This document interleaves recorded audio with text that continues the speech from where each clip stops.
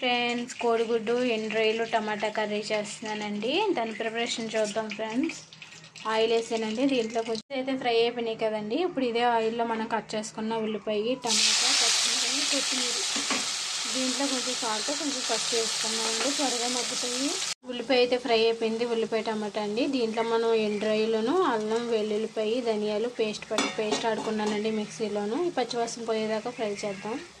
మనం వేసిన మసాలా అయితే ఫ్రై అయిపోయింది కదండి. దీంట్లో ఎగ్స్ వేసుకున్నామండి. తర్వాత స్పూన్ కారం కూడా వేసుకున్నామండి. ఈ కర్రీకి కారం మొత్తం కలిసే వరకు కలుపుకున్నాం. ఇలా కారం అంతా కలిసింది కదండి. ఇప్పుడు మనం దీంట్లో కొంచెం వాటర్ వేసుకున్నామండి. 10 మినిట్స్ అయితే మనకి కర్రీ అయితే రెడీ అయిపోతుంది ఫ్రెండ్స్. కర్రీ అయితే అయిపోయిందండి. ఎండ్రాయిలు కోడిగుడ్డు చాలా బాగుంటుంది ఫ్రెండ్స్ ఇలా వండుకుంటే కర్రీ వేడి రైస్లోకి. ఓకే ఫ్రెండ్స్, కర్రీ అయితే ఎలా ఉందో కామెంట్ చేయండి, లైక్ చేయండి, మన ఛానల్ సబ్స్క్రైబ్ చేసుకోండి. Bye friends.